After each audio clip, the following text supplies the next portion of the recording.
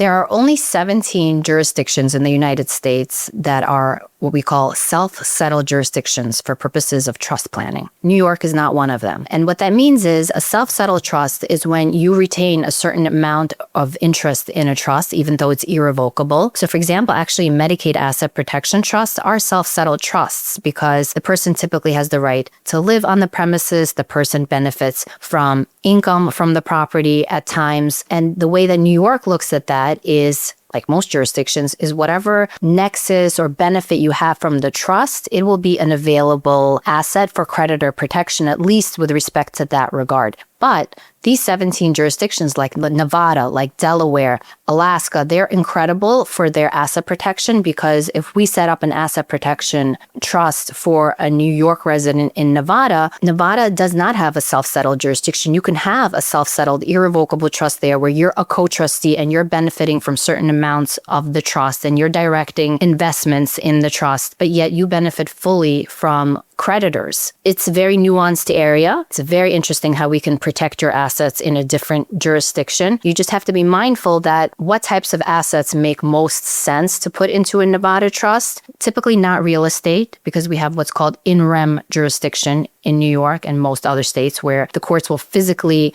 locate your real estate and disregard any trust entity that's set up in a different jurisdiction, including offshore trusts. But if it's a liquid asset like a brokerage account or a business, that may be the brightest, especially for brokers, right? Anything with more liquidity. Once you're putting that into your Nevada trust, it has full protection and you're still benefiting. So it's important what type of asset you're placing in this trust, and just be mindful that if it is a business, if the business gets sued, you may not be as protected. But of course, with investment accounts, it's an amazing strategy. And with businesses, your third-party creditors can't reach those as well. The Nevada trusts, they're really not as costly as you would think. For example, Nevada trust companies can charge typically from $3,000 to $5,000 per annum, which to protect millions of dollars worth of investment accounts is really a very nominal fee. So once you get past that annual fee, it's not so costly.